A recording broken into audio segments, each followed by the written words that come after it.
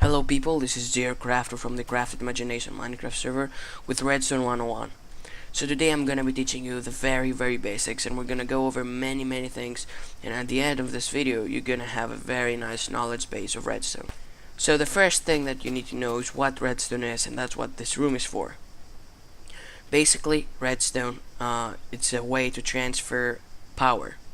This power can be given by inputs, and it can then things like outputs take this power and react in a certain way. For example, this is a door and this is a lever. Lever or lever, however you want to pronounce it, is basically an input. It's a power, it's like a battery. And the door is an output, so basically it's going to accept the power that the lever sends through the redstone dust, and it's going to have a certain reaction, and since that's a door, it's going to open. So when we right click on the lever sends power to the door and the door opens. There are many inputs and outputs, and the most important ones, as far as inputs is concerned, is the lever, the pressure plate, and guess what? The button. The pressure plate gives power as long as you stand on it, and the button sends power for a very short amount of time, basically as long as the button is inside the block, kind of. So this whole room is dedicated to all of the inputs and the outputs. So all the inputs and the outputs that are inside the game are here. So first, as I've already demonstrated, we have the input, the lever as the input, and the iron door as the output, as the sign says. And where we see orange wool is the inputs, where we see red wool is the wire, and where we see green wool is the output. So all I've done here is I've hid the wires pretty good, which I'm going to show you in the next tutorial. So this is a pressure plate and a trapdoor. So that's a trapdoor. This is a dispenser. It just shoots out objects that you have in them, like arrows, and arrows can harm you.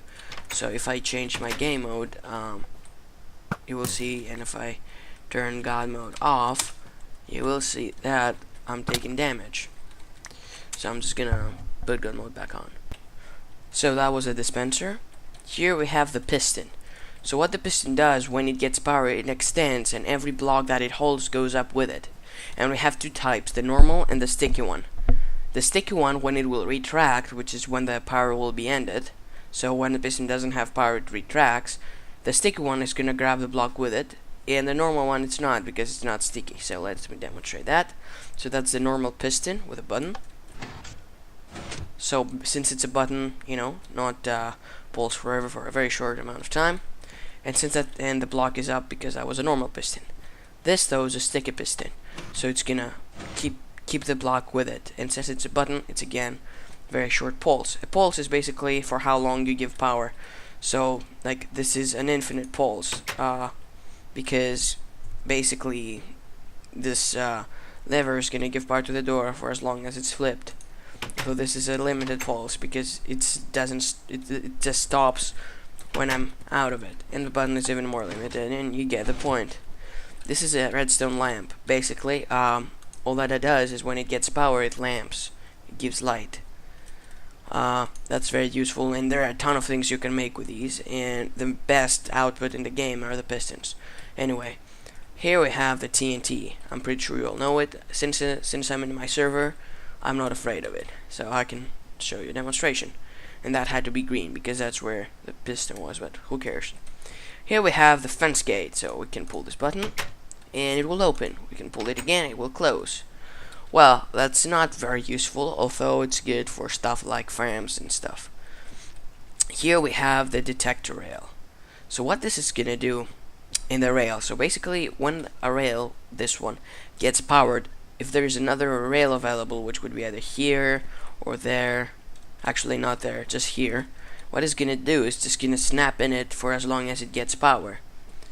So as you can see, since like when the card went in the detector rail, it's pretty tough to demonstrate. As you can see now, it's pointing on the left. When I'll put the track on it, it's gonna point on the right. But because I'm too slow, the card, yeah, there it made it for once. Although it's not that useful.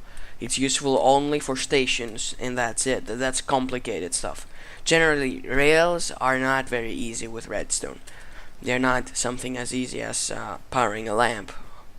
here we have a powered rail. So basically, power rail, you give it power, it just gives more power to the minecart. You don't give it power, it stops the minecart. So both, if it's powered or if it's not powered, it's useful anyway. So it's useful when it's powered, and it's also useful when it's not powered. It depends on what you want to do. And last but not least, we have the node block. Yeah, so that's that there. Now, that's this room. We discussed the basic inputs, all of the outputs, all the inputs there. Here, the basic stuff. Now, there's some complications with redstone, some things which are not good. So it's kind of limited. And what limits redstone is the distance. So when you power redstone dust, that power that you give cannot travel forever. It will stop because it's not enough.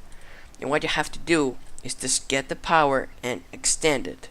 So how the heck do you do that? Well, here I have the exact same setup, a lever, redstone, and a door. Same redstone, you know. But the door will open because what I have here is redstone repeaters. And what redstone repeaters do, they basically, when the power is done and there's no more power, like this, like over here, this block is not powered. We can put a repeater in it, and then what it's gonna do is it's gonna extend that power, that signal, for 15 more blocks. And then at the end of these 15 blocks, we have another one, and it goes like that. So now, if I pull this, as you see, it does open. Although, problem is that redstone repeaters add delay. So what do I mean by they add delay? Basically, if we were to just, kind of hook this up like that, so it will open, and then hook this up as well, you see that you can't see it right from this setup, but repeaters do add a lot of delay. So every repeater is 1 tick of a delay. So let's say we add a repeater here. So basically, redstone now from this lever will go straight to this door without a repeater, and in this door with a repeater. And as you can tell, the door on the left with a repeater has more delay. And we can maximize this by turning the ticks. So a repeater itself is 1 tick delay. So now this is set to 2 ticks because 1 tick is the repeater and 1 right click goes into 2 ticks. So when I pull the lever, it's 2 ticks slower to open and unclose. That's very useful. Then 3 ticks. And then the full 4 ticks. It's worth noting that you can stack these together like that. Now this is gonna take, of course, way more time. Look. I think the effect is pretty noticeable, and what I had set up here as well is kind of the exact same thing, but I'll demonstrate it here with these 2 doors. So they have the exact same repeaters, they kind of branch out here and here, but this repeater is on full delay, this is with no delay, plus these 2, which we will ignore for now. And yeah, it's the exact same thing. So now you know which are the redstone inputs: the lever, the pressure plate, the button, and the detector array, which you rarely use. And then you know what are all the outputs, which are these blocks over there. Oops, sorry for the lag spike. What you do not know is one input, which is also an output, and that is the redstone torch. So what redstone torch does, it gives infinitely power. So it's like a lever, but always flipped like that. And it's also an input and an output. It's an input when you place it, you place like redstone around it. It powers it up. But it's an output because you can control it by powering the block that it's sitting on. So if I was to power this block like that, even it will change its state. That's what we have here. Is basically, as you can see now, the is on, which means it doesn't accept power, and when we turn it on, it does accept power, so it turns off. and because it does accept power. So when it doesn't accept power, it's on. When it does accept, it's off. And cool thing is that you can use that to invert the power. So right now, when I send power to this torch, it changes and it stops powering that door. Although when I'm not sending power to the torch is on and it does send power in that block. And basically, to make this a bit more compact, all I have is what we have here, but with just one block. The reason being is that you can also like put the torches on the block on the sides, not just on the top. So yeah, this torch would also be off when I was to power it like that, and you can also like put them on walls like so. And when I flick this, as you can see, all the torches that are in that block, which is here, here, here, and in that side as well, will turn off, and whatever they power, it's gonna stop being powered, and that's very useful.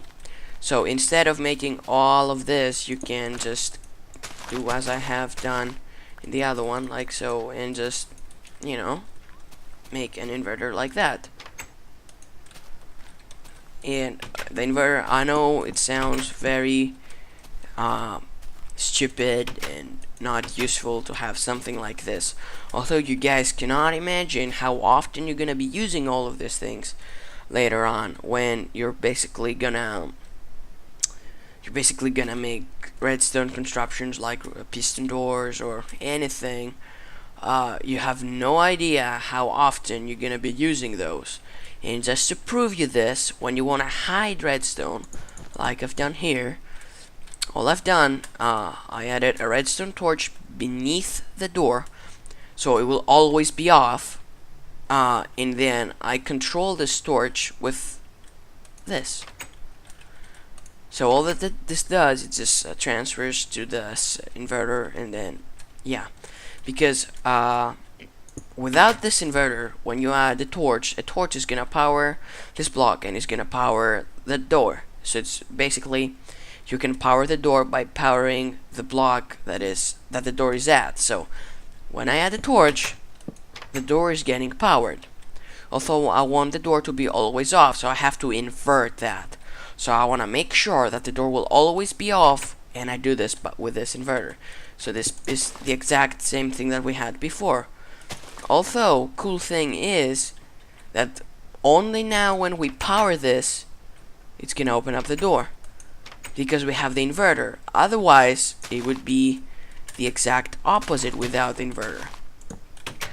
The door would always be open unless we power it, because of that torch. Because what we're doing, we're controlling this torch, and this torch is gonna always be on, basically, and it's gonna always power the door as long as we do not power it. So if we power it, it's gonna go off, and it's not gonna power the torch. But we want it to be opposite. We want the door to be always closed unless we power it. So all we do, we just add an inverter. Anyway, that was Dear Crafter from the Crafted Imagination server. And if you guys want to check this whole thing that I showed you, you can always come in my server, crafted-imagination.gamebattles.gr, which is spelled like that. It's gonna also be inside the description, so you can always come in here. I'm gonna be on, ignore this dash please, so it's gonna be crafted-imagination.gamebattles.gr. You will always be able to come in here in the creative world of the server and check this thing. By the way, the server doesn't have only creative world, it has survival and other stuff, and I'm gonna be here, so you can come and check me out as well. So that was Dear Crafter from the Crafted Imagination server once again, and I'm out.